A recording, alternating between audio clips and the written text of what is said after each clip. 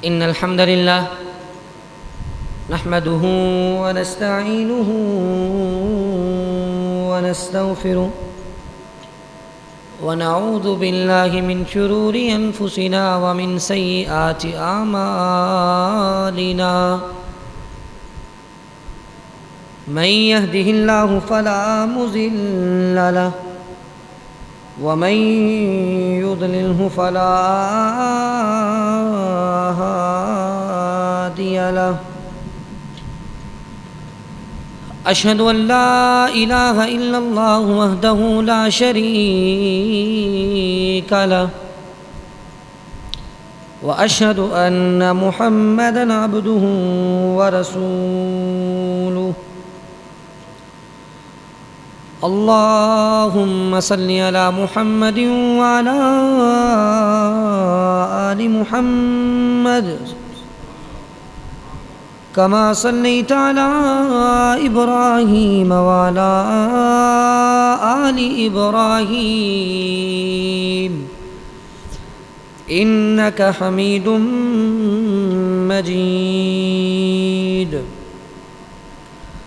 اللهم بارك على محمد وعلى آل محمد كما باركت على إبراهيم وعلى آل إبراهيم إنك حميد مجيد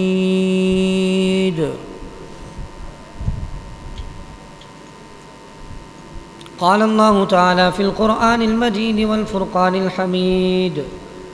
يا أيها الذين آمنوا اتقوا الله حق تقاته ولا تموتن إلا وأنتم مسلمون يا أيها الناس اتقوا ربكم الذي خلقكم من نفس واحدة وخلق منها زوجها وبث منهما رجالا كثيرا ونساء واتقوا الله الذي تساءلون به والأرحام إن الله كان عليكم رقيبا يا أيها الذين آمنوا اتقوا الله وقولوا قولا سديدا يصلح لكم أعمالكم ويغفر لكم ذنوبكم ومن يطع الله ورسوله فقد فاز فوزا عظيما أما بعد فإن خير الحديث كتاب الله وخير الهدي هدي محمد وشر الأمور محدثاتها وكل محدثة بدعة وكل بدعة ضلالة وكل ضلالة في النار أعوذ بالله السميع العليم من الشيطان الرجيم بسم الله الرحمن الرحيم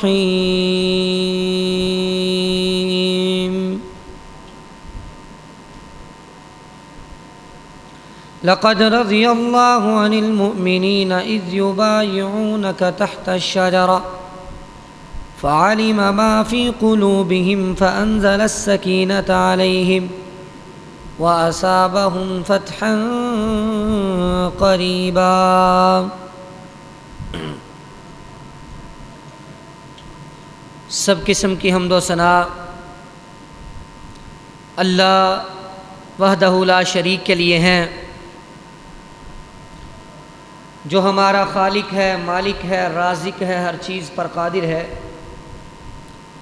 جو وہ چاہے کر سکتا ہے۔ اگر وہ چاہے تو کسی کو بیٹے دے دے، اگر وہ چاہے تو کسی کو بیٹیاں دے دے، اگر وہ چاہے تو اولاد سے محروم رکھے، کیونکہ وہ ہمارا خالق ہے، مالک ہے، جو وہ چاہے کر سکتا ہے۔ اس کے بعد لاکھوں کروڑوں درود و سلام اس ہستی اقدس مقدس مطہر معطر پر جس کے ذریعے سے اللہ رب العزت نے ہماری رہنمائی کا بندوبست کیا اور جس کو رحمت للعالمین بنا کر بھیجا، جس کے آنے سے انسانوں کو جینے کے طور طریقے اور سلیقے آ گئے، جس کا نام نامی اسم گرامی جناب محمد الرسول اللہ صلی اللہ علیہ وسلم ہے۔ سامعین محترم، آج کے خطبہ جمعہ کا موضوع خلیفہ ثالث سیدنا عثمان رضی اللہ تعالیٰ عنہ کے فضائل اور ان کی شہادت کے حوالے سے ہے کہ حضرت عثمان رضی اللہ تعالیٰ عنہ شرم و حیا کے، صدق و امان کے اور حلم اور بردباری کے، عفو اور درگزر کے پیکر تھے، اور سیدنا عثمان رضی اللہ تعالیٰ عنہ نے بہت اعلیٰ مقام پایا۔ اللہ نے آپ کو بڑی عزت سے نوازا۔ سیدنا عثمان رضی اللہ تعالیٰ عنہ نبی علیہ الصلوۃ والسلام کے دوہرے داماد بھی تھے اور لوگوں میں ہر وقت اللہ کے راستے میں خرچ کرنے کے لیے تیار رہتے تھے، اور اسی طرح سیدنا عثمان رضی اللہ تعالیٰ عنہ کو اللہ کے نبی صلی اللہ علیہ وسلم نے کثیر دفعہ، بہت زیادہ دفعہ جنت کی بشارت سے بھی نوازا ہے، اور آپ علیہ الصلوۃ والسلام نے سیدنا عثمان کو اپنی 2 بیٹیوں سے دوہرا داماد بنایا۔ پہلے ایک بیٹی سے نکاح کیا، پھر جب وہ بیٹی فوت ہو گئی تو اس کے بعد پھر دوسری بیٹی سے اپنا نکاح، جو اپنی بیٹی کا نکاح سیدنا عثمان سے کیا۔ سیدنا عثمان کو اللہ نے یہ مقام دیا تھا۔ تمام صحابہ کی بڑی فضیلت ہے، بڑا مقام ہے، لیکن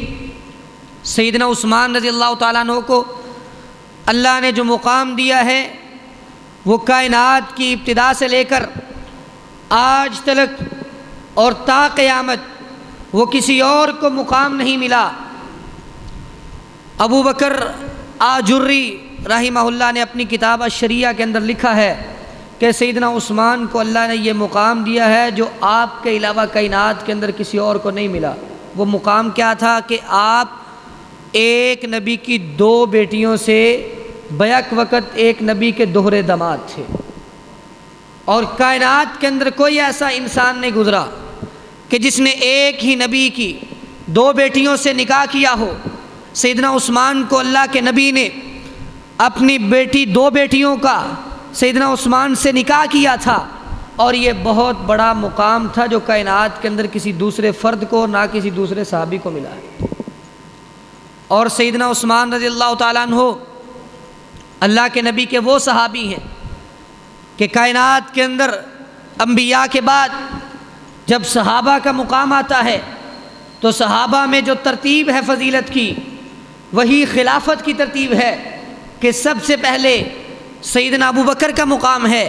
پھر اس کے بعد سیدنا عمر رضی اللہ تعالیٰ عنہما کا مقام ہے، پھر اس کے بعد تیسرے نمبر پر جس کو فضیلت اور مقام حاصل ہے وہ ہیں سیدنا عثمان رضی اللہ تعالیٰ عنہ۔ عبداللہ بن عمر رضی اللہ تعالیٰ عنہ فرماتے ہیں کہ کننا فی زمن النبی صلی اللہ علیہ وسلم لا نعدل بأبی بکر احدا ثم عمر ثم عثمان۔ سیدنا عبداللہ بن عمر فرماتے ہیں کہ ہم اللہ کے رسول کے زمانہ میں سب سے افضل ترین جو مقام اور مرتبہ دیا کرتے تھے اور جس کو سب سے افضل سمجھا کرتے تھے وہ ابو بکر تھے، اور پھر ابو بکر کے بعد جس کا مقام تھا وہ عمر تھے، اور عمر کے بعد جس صحابی کا مقام تھا وہ عثمان رضی اللہ تعالیٰ عنہ تھے۔ عثمان رضی اللہ تعالیٰ عنہ کا مقام تیسرے نمبر پر تھا، اور خلافت کی ترتیب بھی فضیلت کے اعتبار سے لگی کہ سب سے پہلے خلیفہ ابو بکر ہیں، دوسرے خلیفہ حضرت عمر ہیں، تیسرے خلیفہ سیدنا عثمان رضی اللہ تعالیٰ عنہ ہے۔ حضرت عثمان رضی اللہ تعالیٰ عنہ کے بہت سارے فضائل ہیں، آپ سخاوت کے بے مثل بادشاہ تھے، اتنی سخاوت کیا کرتے تھے کہ آپ ہر جمعے کے دن ایک غلام کو آزاد کیا کرتے تھے اور ہر روز کچھ نہ کچھ اللہ کے راستے میں تقسیم کرنے کے لیے لوگوں میں نکل جاتے تھے۔ جب اللہ نے آپ کو خلافت کے مقام اور درجے سے جو ہے درجے پر فائز کیا تو سیدنا عثمان رضی اللہ تعالیٰ عنہ نے اتنی سخاوت کی کہ دنیا نے دیکھا آپ روزانہ لوگوں میں نکل جاتے، لوگوں میں عطیات تقسیم کیا کرتے تھے، لوگوں میں مال تقسیم کیا کرتے تھے، کھانے پینے کی چیزیں تقسیم کیا کرتے تھے۔ آپ نے اپنے دور خلافت میں لوگوں میں بہت زیادہ سخاوت کی، لوگوں پر بہت زیادہ خرچ کیا۔ یہ اللہ نے آپ کی فطرت میں رکھ دیا تھا کہ آپ بہت زیادہ سخی انسان تھے۔ سیدنا عثمان رضی اللہ تعالیٰ عنہ کو اللہ نے یہ مقام دیا تھا کہ اللہ کے نبی نے اپنی زندگی میں ہی سیدنا عثمان رضی اللہ تعالیٰ عنہ کو شہادت کی خوشخبری دے دی تھی۔ ایک دفعہ اللہ کے رسول صلی اللہ علیہ وسلم اور آپ کے ساتھ ابو بکر اور عمر اور عثمان رضی اللہ تعالیٰ عنہ اجمعین، یہ صحابہ تینوں آپ کے ساتھ مل کر احد پہاڑ پر چڑھے۔ جب احد پہاڑ کے اوپر چڑھے تو احد پہاڑ نے حرکت کی، احد پہاڑ ہلا، حرکت میں آ گیا تو اللہ کے رسول صلی اللہ علیہ وسلم نے فرمایا اثبت احد فانما علیک نبی وصدیق وشہیدان، اے احد ٹھہر جا، تیرے اوپر اس وقت ایک نبی موجود ہے اور ایک صدیق موجود ہے۔ ابو بکر صدیق بھی ساتھ تھے اور 2 شہید موجود ہیں، باقی 2 بچے وہ سیدنا عمر اور سیدنا عثمان تھے۔ ان دونوں کو اللہ کے رسول نے شہادت کی خوشخبری دے دی تھی، کہا کہ تیرے اوپر 2 شہید موجود ہیں۔ زندگی میں ہی اللہ کے رسول نے شہید کے لقب سے پکار لیا کہ عمر بھی شہید ہوں گے اور اسی طرح حضرت عثمان بھی شہادت کے درجے پر فائز ہوں گے۔ اللہ کے رسول نے سیدنا عثمان کو شہادت کی خوشخبری دے دی اور اسی طرح جنت کی خوشخبری دی۔ سیدنا ابو موسیٰ عشری رضی اللہ تعالیٰ عنہ فرماتے ہیں کہ ایک دفعہ میں اللہ کے رسول کے ساتھ ایک باغ کے اندر موجود تھا اور اللہ کے رسول باغ کے اندر تھے، میں دروازے پر پہرا دے رہا تھا۔ دروازہ اچانک کسی نے کھٹکھٹایا، دروازے پر کسی نے دستک دی تو میں نے پوچھا کون ہے؟ تو اللہ کے رسول نے مجھے کہا اذن لہ وبشرہ بالجنہ، جو بھی آیا ہے اسے اندر آنے کی اجازت دے دو اور جنت کی خوشخبری دے دو۔ کہتے میں نے دروازہ کھولا تو وہ ابو بکر صدیق رضی اللہ تعالیٰ عنہ تھے، سب سے پہلے وہ آئے تھے۔ پھر تھوڑی دیر گزری، دروازے پر دستک ہوئی، دروازہ کسی نے کھٹکھٹایا، مجھے اللہ کے رسول نے کہا اذن لہ وبشرہ بالجنہ، دروازہ کھول دو اور جنت کی بشارت دے دو، جو بھی آیا ہے اسے جنت کی بشارت دے دو۔ کہتے میں نے دروازہ کھولا تو حضرت عمر فاروق رضی اللہ تعالیٰ عنہ تھے، میں نے ان کو جنت کی بشارت دے دی۔ ابو موسیٰ فرماتے ہیں تھوڑی دیر اور گزری، پھر دروازے پر دستک ہوئی، اللہ کے رسول کی طرف سے مجھے آرڈر اور حکم ہوا اذن لہ وبشرہ بالجنہ الا بلوى ستصیبہ فاذا ہوا عثمان۔ کہتے ہیں مجھے اللہ کے رسول نے کہا دروازہ کھول دو، جو بھی آیا ہے اسے اندر آنے کی اجازت دے دو اور اسے جنت کی خوشخبری بھی دے دو اور اسے یہ بھی کہہ دو کہ ان قریب تجھ پر مصیبتیں آئیں گی، ان قریب تجھے تکالیف کا سامنا کرنا پڑے گا۔ کہتے میں نے دروازہ کھولا تو وہ سیدنا عثمان رضی اللہ تعالیٰ عنہ تھے، وہ بھی اندر آ گئے اور اپنے چہرے کو ڈانپا ہوا تھا۔ میں نے جنت کی خوشخبری دی، کہا ہے عثمان اللہ کے رسول نے کہا ہے کہ تمہیں جنت کی بشارت دے دوں اور تم پر ان قریب مصیبتیں بھی آئیں گی کہ جن پر تم نے صبر کرنا ہے۔ اور سیدنا عثمان کو جنت کی بشارت بھی مل گئی اور سیدنا عثمان پر پھر مصیبتیں بھی آئیں جن کی مصیبتوں کی پیشین گوئی اللہ کے رسول نے کر دی تھی۔ یہ اللہ کے نبی کا معجزہ تھا کہ اللہ کے نبی نے پہلے ہی یہ بتا دیا تھا کہ عثمان تجھ پر مصیبتیں آنے والی ہیں، تجھ پر تکالیف آنے والی ہیں، تجھ سے لوگ خلافت چھیننا چاہیں گے، تجھے لوگ خلافت سے دستبردار ہونے کا حکم دیں گے، لیکن تم نے خلافت کو نہیں چھوڑنا، تم نے ان مصیبتوں پر صبر کرنا ہے، تم نے ان مصیبتوں پر اللہ کا شکر کرنا ہے، پھر تیرے لیے اللہ نے جنت رکھی ہے۔ سیدنا عثمان کی فضیلت اور آپ کا مقام کیا تھا؟ صلح حدیبیہ کے واقعہ سے ہمیں یہ معلوم ہوتا ہے کہ اللہ کے رسول صلی اللہ علیہ وسلم نے جب 6 ہجری میں خواب دیکھا،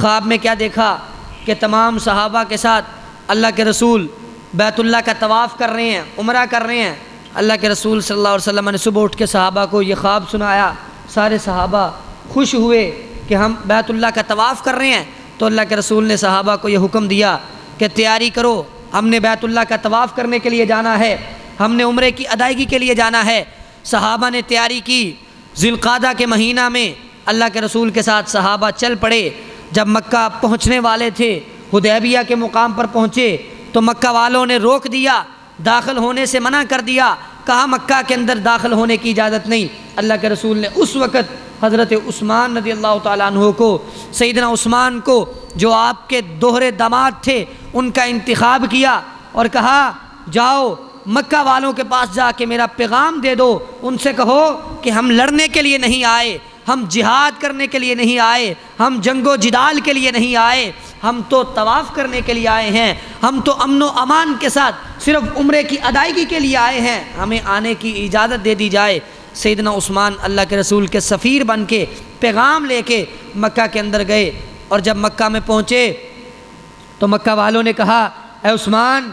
ہم ہرگز مکہ میں داخل ہونے کی اجازت نہیں دے سکتے، اگر تو نے عمرہ کرنا ہے تو کر لے، ہم تیرے ساتھیوں کو اجازت نہیں دیں گے۔ سیدنا عثمان نے کہا کہ یہ کیسے ہو سکتا ہے کہ میں اللہ کے رسول کے بغیر اور اپنے ساتھیوں کے بغیر عمرہ ادا کر لوں؟ کہا میں اپنے ساتھیوں کے بغیر عمرہ نہیں کر سکتا۔ سیدنا عثمان نے پیغام دیا، لیکن انہوں نے سیدنا عثمان کی بات کو نہیں مانا اور جھوٹی افواہ پھیل گئی کہ سیدنا عثمان کو مکہ کے اندر شہید کر دیا گیا ہے۔ اس وقت اللہ کے رسول صلی اللہ علیہ وسلم نے جتنے صحابہ تھے، اس وقت صحابہ کی تعداد 1400 صحابہ تھے، 1400 صحابہ کو کہا کہ آج ہم نے یہاں سے عثمان کا بدلہ لیے بغیر نہیں جانا، کیونکہ اللہ کے رسول کو یہ خبر ملی تھی کہ سیدنا عثمان کو شہید کر دیا گیا ہے۔ آپ نے تمام صحابہ کو ایک درخت کے نیچے جمع کیا اور یہ کہا کہ آج ہم نے یہاں سے عثمان کا بدلہ لیے واپس نہیں جانا، اور آج میرے ہاتھ پر تم موت کی بیعت کرو کہ مر تو جائیں گے لیکن عثمان کا بدلہ لیے بغیر واپس نہیں جائیں گے۔ حضرت رسول اللہ صلی اللہ علیہ وسلم نے اس وقت اپنے ہاتھ کو، دائنے ہاتھ کو آگے بڑھایا اور کہا ہاذہ ید عثمان، یہ میرا ہاتھ نہیں بلکہ ہاتھ کا عثمان کا ہاتھ ہے، یہ عثمان کا ہاتھ ہے، اور کہا اس ہاتھ پر بیعت کرو کہ آج ہم یہاں سے عثمان کا بدلہ لیے بغیر نہیں جائیں گے۔ آپ نے اپنا ہاتھ آگے بڑھایا اور صحابہ نے آپ کے ہاتھ پر بیعت کی، اور آپ نے فضرب بها علی یدہ فقال ہذہ لعثمان، آپ نے اپنے ایک ہاتھ پر اپنے دوسرے ہاتھ کو رکھا اور کہا یہ میرا دوسرا ہاتھ عثمان کی طرف سے بیعت کر رہا ہے۔ کہا کہ یہ میرا ہاتھ عثمان کا ہاتھ ہے اور یہ دوسرا ہاتھ عثمان کے لیے ہے کہ میں اپنے اس ہاتھ سے عثمان کے حق میں بیعت کر رہا ہوں کہ جب تک عثمان کا بدلہ نہیں لے لیتا یہاں سے نہیں جاؤں گا۔ اور آپ نے اس وقت عثمان رضی اللہ تعالیٰ عنہ کے لیے بیعت کی اور موت کی بیعت لی، اور پھر بعد میں پتہ چلا کہ سیدنا عثمان کو شہید نہیں کیا گیا بلکہ آپ زندہ ہیں، اور تمام صحابہ لڑنے کے لیے تیار تھے، بدلہ لینے کے لیے تیار تھے، اسلحہ بھی نہیں تھا، جنگ کی تیاری بھی نہیں تھی، وہ تو طواف کرنے کے لیے، عمرہ کرنے کے لیے آئے تھے، جہاد کے لیے تو آئے ہی نہیں تھے۔ تو کیا ہوا جب پتہ چلا کہ سیدنا عثمان زندہ ہیں تو پھر دوبارہ پرامن حالات ہو گئے، ان کے ساتھ مذاکرات ہوئے۔ تو اللہ کے رسول صلی اللہ علیہ وسلم نے جب بیعت لی تھی اور جن صحابہ سے بیعت لی تھی ان کو کہا تھا انتم خیر اہل الارض، کہ تم لوگ اس وقت کائنات میں اور اس زمین پر سب سے بہترین لوگ ہو، اور آپ نے یہ فرمایا تھا لا يدخل النار لا يدخل النار ان شاء اللہ من اصحاب الشجرۃ احد، آپ نے فرمایا کہ انشاءاللہ جن لوگوں نے اس درخت کے نیچے میرے ہاتھ پر عثمان کا بدلہ لینے کے لیے موت کی بیعت کی تھی، ان لوگوں میں سے ایک بھی آگ میں نہیں جائے گا، یہ سارے کے سارے جنتی ہیں۔ اللہ کے نبی نے حضرت عثمان کا بدلہ لینے کے لیے جن لوگوں نے بیعت کی تھی ان لوگوں کو بھی سب کے سب کو جنت کا ٹکٹ فراہم کر دیا،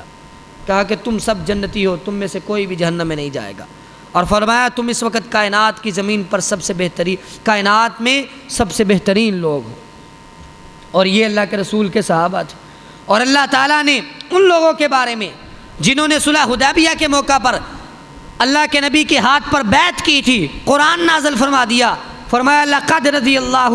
عن المؤمنین اذ یبایعونک تحت الشجرہ فعلم ما فی قلوبہم، فرمایا کہ وہ لوگ جنہوں نے درخت کے نیچے اللہ کے رسول کے ہاتھ پر بیعت کی تھی، اللہ تعالیٰ نے ان کے دلوں کو جانچ لیا ہے، ان کے دلوں کے اندر ایمان ہے اور ان کے دلوں کی ایمان کی گواہی دی، اور فرمایا اللہ ان لوگوں پر راضی ہو گیا ہے جنہوں نے اللہ کے نبی کے ہاتھ پر بیعت کی،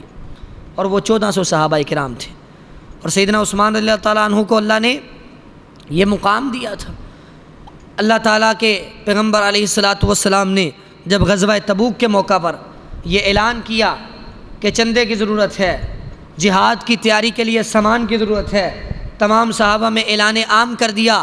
کہ تمام لوگ اپنے اپنے حصے کا مال جو ہیں وہ یہاں لا کے رکھ دیں، تاکہ ہم نے تبوک مقام پر جہاد کرنے کے لیے جانا ہے، رومیوں کے ساتھ لڑائی کرنے کے لیے جانا ہے۔ وہ روم جو سپر پاور تھا، اللہ کے رسول نے اس کے خلاف جہاد کا اعلان کر دیا اور لوگوں سے کہا کہ اپنا اپنا حصہ ڈالتے جائیں، اپنے اپنے حصے کا چندہ جمع کرواتے جائیں۔ سیدنا عثمان رضی اللہ تعالیٰ عنہ نے اس وقت 940 اونٹ اللہ کی راہ میں وقف کیے، جہاد کے لیے وقف کر دیے، اور پھر 60 گھوڑے بھی اللہ کی راہ میں وقف کر دیے۔ اور پھر اچانک سے سیدنا عثمان اللہ کے رسول کے پاس آئے اور ایک تھیلی کے اندر 1000 دینار لے کے آئے۔ دینار سونے کا ہوتا تھا، سونے کا 1000 سکہ اور دینار لے کے آئے اور اللہ کے رسول کی خدمت میں پیش کر دیے۔ اللہ کے رسول نے ان دیناروں کو، اس سونے کو اپنی جھولی میں ڈالا، اور سیدنا عبد الرحمن بن سمرہ رضی اللہ تعالیٰ عنہ بیان کرتے ہیں کہ اللہ کے رسول ان دیناروں کو اپنی جھولی میں ڈال کے الٹ پلٹ رہے تھے، اور ساتھ یہ بھی فرما رہے تھے ما ذر عثمان ما عمل بعد اليوم، ما ذر عثمان ما عمل بعد اليوم، کہ لوگوں سن لو، عثمان آج کے بعد اگر کوئی بھی عمل نہیں کرتا یہ پھر بھی جنتی ہے، عثمان آج کے بعد اگر کوئی بھی عمل نہیں کرتا یہ پھر بھی جنتی ہے۔ اللہ کے نبی نے حضرت عثمان کو اس موقع پر بھی جنت کی بشارت دے دی، اور ایک موقع پر اللہ کے رسول نے اپنے تمام صحابہ کو،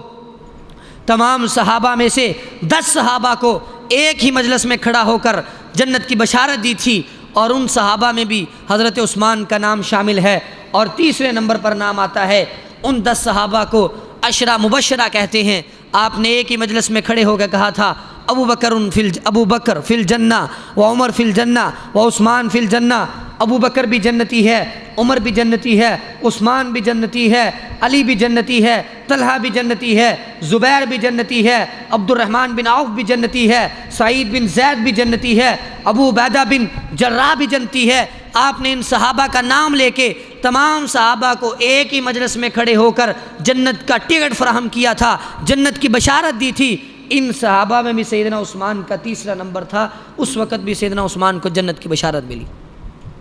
اور سیدنا عثمان رضی اللہ تعالیٰ عنہ کو اللہ کے رسول صلی اللہ علیہ وسلم نے بہت سارے ایسے مواقع آئے کہ جن مواقع پر جنت کی بشارت دی۔ جب مسلمان مدینہ میں آئے تو اس وقت پانی کا انتظام نہیں تھا،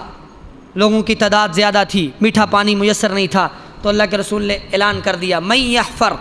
بئر روما،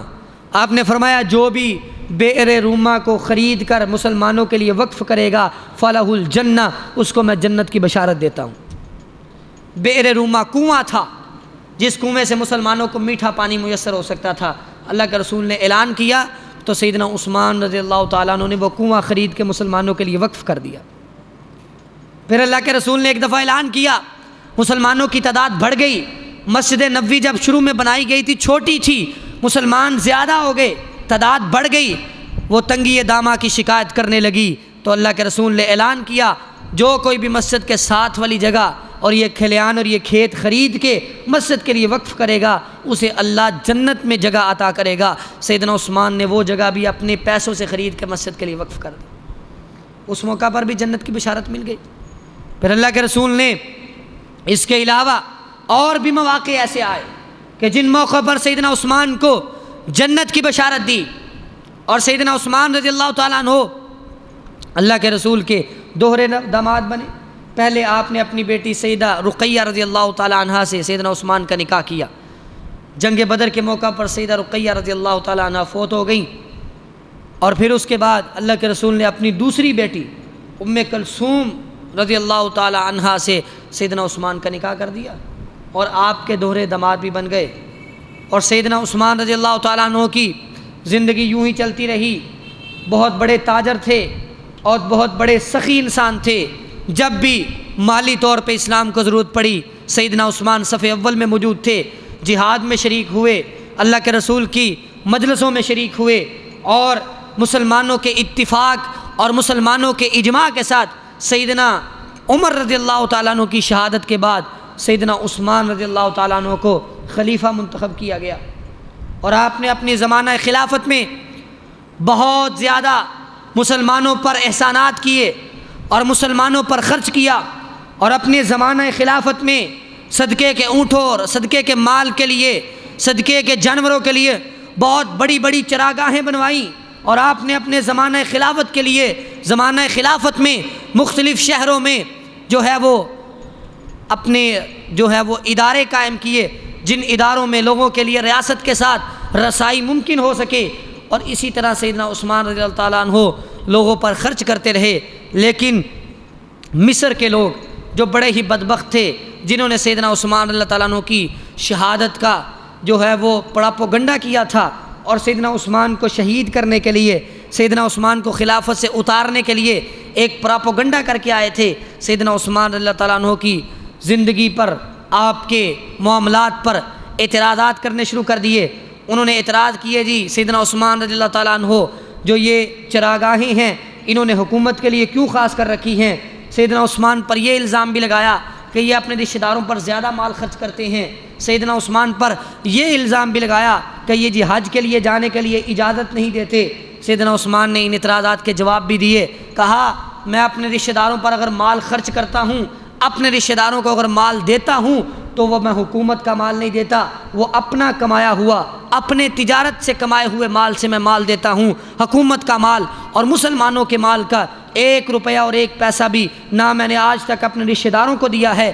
اور نہ ہی میں نے خود خرچ کیا ہے۔ اللہ کے رسول کے صحابی نے ان کے اعتراضات کے جواب بھی دیے، لیکن ان ظالموں نے سیدنا عثمان پر اعتراض لگا کر کہا کہ آپ خلافت سے دستبردار ہو جائیں۔ سیدنا عثمان نے کہا کہ نہیں، ہرگز نہیں، میں یہ خلافت نہیں چھوڑ سکتا، میں یہ خلافت سے دستبردار نہیں ہو سکتا۔ اس کی وجہ کیا تھی؟ اس کا سبب کیا تھا؟ ان کو اللہ کے رسول نے یہ حکم دیا تھا، سیدنا عثمان کو یہ بتایا تھا۔ فرمایا، سیدنا عثمان فرماتے ہیں کہ اللہ کے رسول نے مجھے کہا تھا، یا عثمان، اے عثمان، ایک وقت ایسا آئے گا، لعل اللہ یقمصک قمیصا فإن ارادوک، ایک وقت ایسا آئے گا کہ اللہ تجھے ایک قمیض پہنائے گا۔ اس قمیض کی تعبیر خلافت سے کی گئی کہ ایک وقت آئے گا اللہ تجھے خلافت دے گا، لیکن وہ جو اللہ تجھے قمیض، جو خلافت کی قمیض ہے، اللہ وہ قمیض تجھے پہنائے گا، لیکن کچھ ظالم لوگ ایسے ہوں گے، وہ قمیض تیری اتروانے کی کوشش کریں گے، وہ تجھے خلافت سے ہٹانے کی کوشش کریں گے، لیکن تو یاد رکھ، جو مرضی ہو جائے، فلا تخلع لہم، جو مرضی ہو جائے، تو نے خلافت سے دستبردار نہیں ہونا، تو نے خلافت نہیں چھوڑنی۔ لوگوں نے کہا، مصریوں نے تقریباً ذی القعدہ کا مہینہ تھا، پہلا عشرہ تھا، انہوں نے گھر کا محاصرہ کر لیا۔ اس وقت مدینہ کے اندر 700 صحابہ تھے۔ انہوں نے سیدنا عثمان سے کہا کہ آپ میں حکم دیں، آپ ہمیں آرڈر دیں، ہم ان باغیوں کا اور مصریوں کا کلا کما کر دیتے ہیں، ہم ان سے جہاد کرنے کے لیے تیار ہو جاتے ہیں۔ سیدنا عثمان رضی اللہ تعالیٰ عنہ نے قوت ہونے کے باوجود، طاقت ہونے کے باوجود کیا کہا تھا؟ اپنے ساتھیوں کو کہا، ان اعظمکم غناء من کف سلاحہ ویدہ، کہا کہ آج کے دن میرا سب سے بڑا مددگار وہ ہے جو اپنے ہاتھ کو روک لیتا ہے اور جو مدینہ کے اندر اسلحے کو نہیں اٹھائے گا۔ روک دیا لوگوں کو، مصریوں نے، باغیوں نے، سبائیوں نے حضرت عثمان کے گھر کا محاصرہ کر لیا، الزام لگا کر گھر کو چاروں طرف سے گھیر لیا، اور صحابہ یہ کہہ رہے تھے کہ سیدنا عثمان ہمیں آپ اجازت دیں، آپ امیر المومنین ہیں، آپ خلیفہ وقت ہیں، آپ کے اشارے پر ہم ان سب کو یہاں سے بھگانے کے لیے تیار ہیں، لیکن سیدنا عثمان نے کہا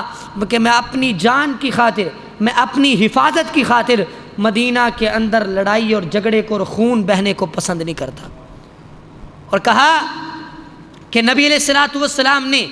عاہد الی عہدا، اللہ کے نبی نے مجھ سے ایک عہد لیا تھا، مجھ سے ایک وعدہ لیا تھا، میں اس وعدے پر پورا اتروں گا، اور وہ وعدہ یہ تھا کہ عثمان تجھ پر مصیبتیں آئیں گی لیکن تم نے صبر کرنا ہے، اور اس صبر پر تجھے جنت کی بشارت ملے گی۔ یہ باغ کے اندر بھی جیسے میں نے واقعہ سنایا کہ باغ کے اندر جب سیدنا عثمان آئے تھے تو اللہ کے رسول نے اس وقت بھی یہ بشارت دی تھی کہ عثمان تجھ پر مصیبتیں آئیں گی لیکن ان مصیبتوں پر اگر تو صبر کرے گا تو تیرے لیے جنت ہے۔ طاقت ہونے کے باوجود، خلیفہ وقت ہونے کے باوجود سب کچھ موجود تھا، اپنی ذات کو نہیں دیکھا بلکہ مدینہ کی حرمت کو دیکھا۔ کہا مدینہ کے اندر میں اپنی ذات کی خاطر تلوار اور اسلحے کی جنگ کو، لڑائی کو پسند نہیں کرتا، میں کسی کو لڑنے کی اجازت نہیں دیتا، میری خاطر کوئی بھی اسلحہ نہ اٹھائے، اور میں یہ حکم دیتا ہوں کہ اگر کسی نے میری مدد کرنی ہے تو میری مدد یہ ہے کہ میرے لیے کوئی بھی نہ لڑے، میرے لیے کوئی بھی میدان میں نہ آئے، میرا دفاع کوئی نہ کرے۔ اسی لیے باغیوں کو اور ہمت ملی، باغی اور چڑھ دوڑے، انہوں نے محاصرے کو سخت کر دیا۔ محاصرہ پھر اتنا سخت ہو گیا کہ نہ کھانے کے لیے کچھ اندر جانے دیتے تھے، نہ پینے کے لیے کچھ جانے دیتے تھے۔ سیدنا عثمان کو 40 دن انہوں نے گھر کے اندر محصور رکھا، 40 دن۔ تاریخ اس ظلم سے، تاریخ کا چہرہ جو ہے وہ زخمی ہے، تاریخ کے جو ترکش کے تیر ہیں ان تیروں نے جس شخصیت کو گھائل کرنے کی کوشش کی تھی وہ سیدنا عثمان کی شخصیت تھی کہ 40 دن اپنے گھر میں محصور رہے، بھوکے پیاسے، گھر میں کھانے کے لیے کوئی چیز باقی نہ بچی، پانی پینے کے لیے میسر نہیں تھا۔ سیدنا عثمان بالآخر مجبور ہو کر خود اپنے گھر کی چھت پر چڑھے، لوگوں کے سامنے آئے، باغیوں کو مخاطب کیا، مصریوں کو مخاطب کیا جنہوں نے محاصرہ کر رکھا تھا، ان کو مخاطب کر کے کہا کیا لوگو، میں تمہیں اللہ کی قسم دے کے پوچھتا ہوں، بتاؤ جس وقت لوگوں کو پانی کی ضرورت تھی، مدینہ کے اندر پینے کے لیے پانی میسر نہیں تھا، مسلمانوں کو پینے کے لیے پانی کی ضرورت تھی، اللہ کے رسول نے اعلان کیا تھا جو بندہ یہ کنواں خرید کے دے گا میں اس کے لیے جنت کی بشارت دیتا ہوں، میں اس کو بخشش کی بشارت دیتا ہوں، میں اس کے لیے گناہوں سے معافی کی بشارت دیتا ہوں، کون خرید کے دے گا؟ سیدنا عثمان نے کہا میں تمہیں قسم دے کے پوچھتا ہوں، بتاؤ اس وقت یہ کنواں کس نے خرید کے دیا تھا؟ کہا آپ نے خرید کے دیا تھا۔ باغیوں نے بھی اقرار کیا، اللہ کا نام لے کے اقرار کیا کہ آپ نے خرید کے دیا تھا۔ تو سیدنا عثمان نے کہا پھر ظالموں مجھ پہ یہ ظلم کیوں کر رہے ہو؟ جب میں نے پانی، وہ کنواں جس سے تم پانی پی رہے ہو میں نے خرید کے دیا تھا جب تمہیں پانی پینے کے لیے میسر نہیں تھا، آج اسی کنویں سے 2 گھونٹ بھی مجھے پینے کی اجازت نہیں ہے، میں کھارا پانی پی رہا ہوں اور تم میٹھا پانی پی رہے ہو، اسی کنویں سے جس کنویں کو میں نے خرید کر دیا اس کنویں سے مجھے 2 گھونٹ بھی میسر نہیں ہے۔ اور کہا میں تمہیں اللہ کی قسم دے کر پوچھتا ہوں، بتاؤ جب مسجد نبوی کے اندر جگہ تنگ ہو گئی تھی، نمازی پورے نہیں آتے تھے، مسجد نبوی کی توسیع کے لیے کس نے جگہ خرید کے دی تھی؟ جب اللہ کے نبی نے اعلان کیا تھا بتاؤ میں نے خرید کے دی تھی، انہوں نے اللہ کا نام لے کر کہا جی ہاں آپ نے خرید کے دی تھی۔ تو کہا ظالموں پھر یہ ظلم کیوں کر رہے ہو؟ جس مسجد کی توسیع اور تعمیر کے لیے میں نے جگہ خرید کے دی تھی، آج اس مسجد کے اندر مجھے 2 رکعت نماز پڑھنے کی بھی اجازت نہیں ہے، 40 دن ہو گئے ہیں نہ میں نے وہاں نماز پڑھی ہے، اور 40 دن ہو گیا نہ مجھے یہاں اس کنویں کا پانی پینا میسر ہوا ہے۔ قسم دے دے کے پوچھا۔ ان باغیوں نے کہا آپ نے خرید کے دی ہے، لیکن وہ باغی تھے اور اس پراپوگنڈے سے مدینے میں آئے تھے کہ ہم حضرت عثمان کو خلافت سے ہٹا دیں گے، لیکن سیدنا عثمان نے کہا میں ہرگز خلافت نہیں چھوڑوں گا، مجھے تم شہید کرنا چاہتے ہو تو کر لو، میں خلافت نہیں چھوڑوں گا۔ پھر ایک دن سیدنا عثمان نے ان باغیوں کی آوازیں سنی کہ وہ باغی آپس میں باتیں کر رہے تھے کہ سیدنا عثمان کو شہید کر دیں۔ پہلے تو ان کا ارادہ یہ تھا کہ بس سیدنا عثمان کو خلافت سے دستبردار کریں گے، اگر یہ خلافت سے اتر جاتے ہیں، خلافت سے اپنے ہاتھ اٹھا لیتے ہیں تو ہم چھوڑ دیں گے۔ لیکن تھوڑے دن بعد ان کا ارادہ بدلا، ان کا جو اصل ارادہ تھا، جو اصل پراپوگنڈا کر کے آئے تھے، وہ سیدنا عثمان کو شہید کرنے کے لیے آئے تھے۔ سیدنا عثمان رضی اللہ تعالیٰ عنہ کو جب وہ شہید کرنے کے پر آمادہ ہو گئے، انہوں نے ارادہ کر لیا، سیدنا عثمان کو پتہ چل گیا کہ لوگ مجھے شہید کرنے کے لیے تیار ہو گئے ہیں، لیکن پھر بھی کسی کو یہ نہیں کہا کہ تم میرے خلاف میرے حق میں جہاد کرو، پھر بھی صحابہ سے یہ نہیں کہا کہ میرا دفاع کرو، بلکہ خاموش رہے اور صبر کرتے رہے، بھوکے اور پیاسے گھر کے اندر محصور رہے، پھر لوگوں کے سامنے آئے، لوگوں کو کہا لوگوں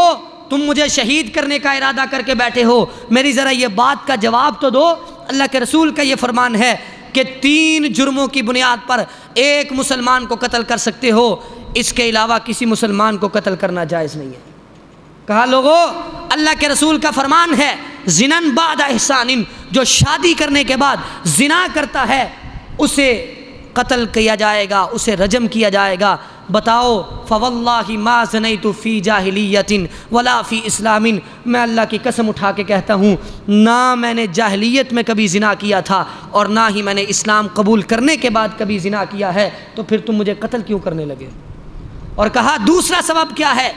قتل کرنے کا، کسی مسلمان کو قتل کرنے کا دوسرا سبب یہ ہو سکتا ہے کہ وہ مسلمان اسلام چھوڑ کے کفر اختیار کر لے، مرتد ہو جائے۔ تو سیدنا عثمان نے کہا وَلَرْتَدَدْتُ مُذْ بَایَعْتُ رسول اللہ صلی اللہ علیہ وسلم، جب سے میں نے رسول اللہ صلی اللہ علیہ وسلم کی بیعت کی ہے اس دن سے لے کر آج تک میں کبھی بھی مرتد نہیں ہوا اور کبھی بھی میں نے اسلام کو چھوڑنے کے بارے میں سوچا بھی نہیں، میں تو مسلمان ہوں، مجھے تم کیوں قتل کرنا چاہتے؟ اور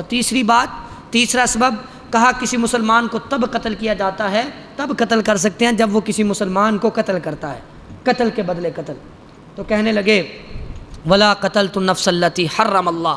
اور میں نے آج تک کسی جان کو قتل نہیں کیا جس جان کا قتل اللہ نے حرام قرار دیا ہے۔ فبما تقتلوننی، پھر مجھے بتاؤ تم مجھے قتل کیوں کرنا چاہتے ہو، وجہ کیا ہے، سبب کیا ہے؟ نہ میں نے کبھی زنا کیا ہے، نہ میں مرتد ہوا ہوں، اور نہ میں نے کسی حرام نفس کو، کسی مسلمان کو قتل کیا ہے، تم پھر مجھے قتل کرنے پر کیوں تلے ہوئے ہو؟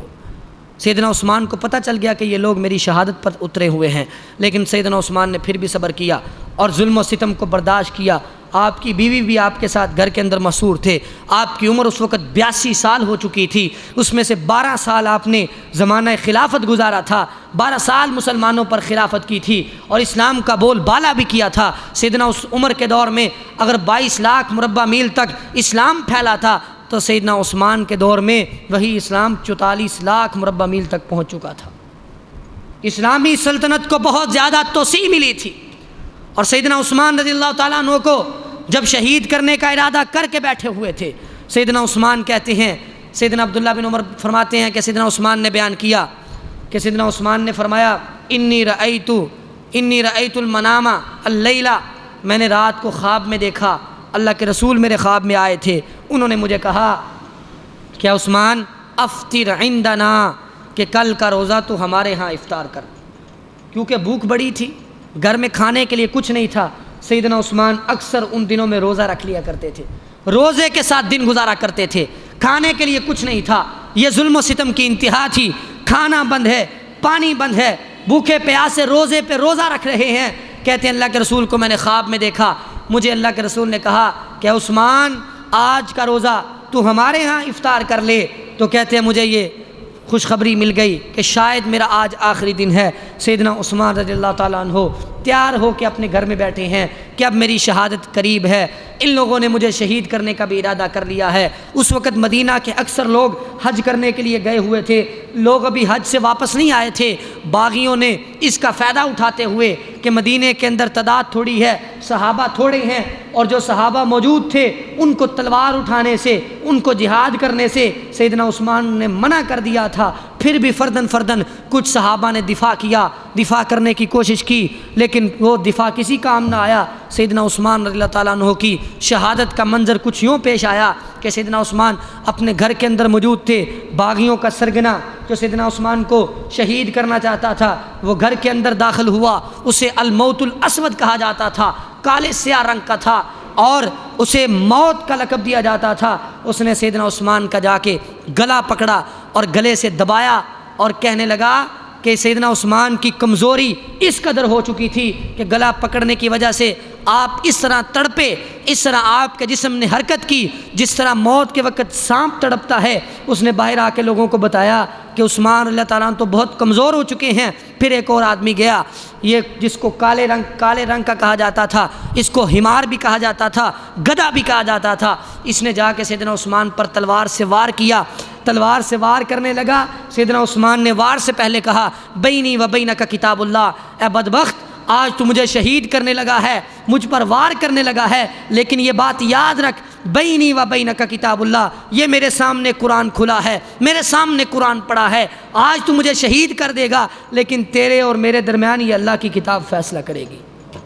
یہ قرآن فیصلہ کرے گا۔ کوئی نہیں دیکھ رہا کہ تو مجھے شہید کرنے لگا ہے، لیکن یہ رب کا قرآن سامنے پڑا ہے، یہ تیرا اور میرا فیصلہ کرے گا۔ یہ سوچ کے وار کرنا، اس بدبخت نے ظلم ڈھایا، سیدنا عثمان پر تلوار سے وار کیا۔ تلوار کے وار کو روکنے کے لیے سیدنا عثمان نے اپنا ہاتھ آگے کیا، ہاتھ کٹ گیا، انگلیاں کٹ گئیں۔ جب انگلیاں کٹیں تو سیدنا عثمان نے کہا اے بدبخت تو نے وہ ہاتھ کاٹا ہے لِأَنَّهَا أَوَّلُ كَفٍ خَطَّتِ الْمُفَصَّلِ، یہ وہ ہاتھ ہے جس نے سب سے پہلے قرآن پاک کی آخری جو صورتیں ہیں، سورۃ الحجرات سے لے کر سورۃ الناس تک آخری 4 پاروں کی سب سے پہلے جس نے خط لکھا تھا، آخری 4 پاروں کو سب سے پہلے جس نے تحریر فرمایا تھا، یہ وہ ہاتھ ہے جس کو تو کاٹ رہا ہے۔ سیدنا عثمان نے کہا میں نے اسی ہاتھ سے قرآن کے آخری 4 پارے سب سے پہلے میں نے لکھے تھے، آج تو نے اسی ہاتھ کو کاٹ دیا۔ اور یہ وہی ہاتھ تھا جس ہاتھ کو صلح حدیبیہ کے موقع پر اللہ کے رسول نے کہا تھا، اپنے ہاتھ کو کہا تھا ہذہ ید عثمان، یہ میرا ہاتھ نہیں، یہ عثمان کا ہاتھ ہے۔ کہا آج تو نے اس ہاتھ کو کاٹ دیا ہے۔ سیدنا عثمان نے اس وقت بھی اسے اللہ سے ڈرنے کی توفیق دی، کہا کہ اللہ سے ڈر جا، کیوں تو اس ہاتھ کو کاٹ رہا ہے جس ہاتھ سے میں قرآن لکھا کرتا تھا۔ سیدنا عثمان کاتب وحی تھے، اللہ کی وحی کو لکھا کرتے تھے، قرآن کو لکھا کرتے تھے، آج اس ظالم نے اس ہاتھ کو بھی کاٹ دیا۔ پھر اس نے ذرا رحم نہیں کھایا، دوسرا وار کیا سیدنا عثمان کے جسم پر اور آپ کو شہید کر دیا، اور آپ کے خون کے قطرے سامنے کھلے قرآن پر گرے۔ اور تاریخ مدینۃ المنورہ کے اندر لکھا ہے کہ اس وقت قرآن پاک کی آیت کھلی ہوئی تھی فَسَيَكْفِيكَهُمُ اللَّهُ، یہ آیت سامنے کھلی ہوئی تھی اور اس آیت کے اوپر خون کے قطرے گرے، اور اس آیت کا ترجمہ کیا ہے فَسَيَكْفِيكَهُمُ اللَّهُ، کہ اے ظالموں ان قریب اللہ تجھے ہمارے مقابلے میں کافی ہو جائے گا، اللہ تم سے پوچھے گا کہ تم نے کیوں شہید کیا۔ اور یہ بات یاد رکھیں کہ سیدنا عثمان کی شہادت کے واقعے میں کوئی ایک بھی صحابی شریک نہیں تھا۔ بعض لوگ بعض صحابہ کا نام لیتے ہیں، لیکن صحیح بات یہ ہے کہ سیدنا عثمان کی شہادت میں کسی ایک صحابی کا کوئی جو ہے وہ ذرا سی بھی شرکت نہیں تھی، بلکہ صحابہ نے تو بدلہ لینے کے لیے سیدنا عثمان سے مطالبہ کیا تھا کہ ہمیں آپ اجازت دیں، ہم ان کو بھگا دیتے ہیں، ہمیں آپ اجازت دیں، ہم ان کے ساتھ جہاد کرتے ہیں۔ لیکن سیدنا عثمان نے کہا نہیں، میں مدینہ میں خون خرابہ نہیں چاہتا، اور میں اللہ کے نبی کی ہوئی نصیحت پر صبر کرنا چاہتا ہوں، میں کبھی بھی ان کے خلاف نہیں لڑوں گا، اگرچہ یہ مجھے شہید بھی کر دیں۔ سیدنا عثمان کو جب شہید کر دیا گیا، شہادت کی خبر عام ہو گئی، سیدنا عائشہ رضی اللہ تعالیٰ عنہا کو پتہ چلا تو سیدنا عائشہ نے کہا اللہ حضرت عثمان کے قاتلوں پر لعنت بھیجے۔ جب سیدنا علی کو پتہ چلا تو سیدنا علی نے بھی فوراً کہا اے اللہ سیدنا عثمان کے قاتلوں پر لعنت بھیج، اور کہا ہم سیدنا عثمان اللہ تعالیٰ عنہ کے خون سے بری ہیں، ہم نے اس میں ذرا سی بھی شرکت نہیں کی، بلکہ ہم تو ان کے قاتلین پر لعنت بھیجتے ہیں۔ تو تمام صحابہ نے سیدنا عثمان کے قاتلین پر لعنت بھیجی۔ سیدنا عثمان کی شہادت کا یہ المناک واقعہ اس طرح سے پیش آیا کہ انہوں نے بذات خود مدینہ کی حرمت کا خیال رکھتے ہوئے اپنی شہادت کو برداشت کر لیا اور اپنا خون بہانا برداشت کر لیا، لیکن مدینہ کے اندر مسلمان کے خون کو بہنا برداشت نہیں کیا۔ کہا مدینہ کے اندر میں جھگڑا اور فساد کو برداشت نہیں کر سکتا۔ ان باغیوں نے حضرت عثمان کو شہید کیا اور وہاں سے نکل پڑے۔ پھر اس کے بعد سیدنا علی کی خلافت آئی، پھر بعد کے معاملات بنے، پھر اس کے بعد امت میں اتفاق نہ رہا، کیونکہ عبداللہ بن سلام رضی اللہ تعالیٰ عنہ نے کہا تھا کہ لوگو اے باغیو سیدنا عثمان کو شہید نہ کرنا، مجھے لگ رہا ہے کہ تم شہید کر دو گے، اگر تم نے شہید کر دیا تو پھر کبھی بھی اللہ تم پر رحمت نہیں کرے گا۔ اور وہ دن گیا، آج تلک مسلم امہ اکٹھی نہیں ہو سکی، اتحاد اور اتفاق نہیں پیدا ہو سکا۔ سیدنا عثمان کی شہادت سے پہلے مسلمان تمام متفق تھے، لیکن عبداللہ بن سلام نے کہا اگر تم نے عثمان کو شہید کر دیا تو تم کبھی بھی اللہ کی رحمت کے مستحق نہیں بن سکتے، کبھی بھی تم اتفاق اور اتحاد نہیں کر سکتے۔ وہ دن گیا، آج تک امت مسلمہ کا اتفاق اور اتحاد نہیں ہو سکا، اختلاف اور اختلاف ہی رہا۔ یہ سیدنا عثمان کی شہادت سے اسلام کو نقصان پہنچا، ان باغیوں کے فساد سے پورے اسلام میں فساد پھیل گیا۔ اللہ سے دعا ہے کہ اللہ تعالی ہمیں ان واقعات سے عبرت حاصل کرنے کی توفیق عطا فرمائے، اللہ تعالی ہمیں کتاب و سنت پر صحیح طریقے سے عمل کرنے کی توفیق عطا فرمائے۔ وآخر دعوایا ان الحمدللہ رب العالمین۔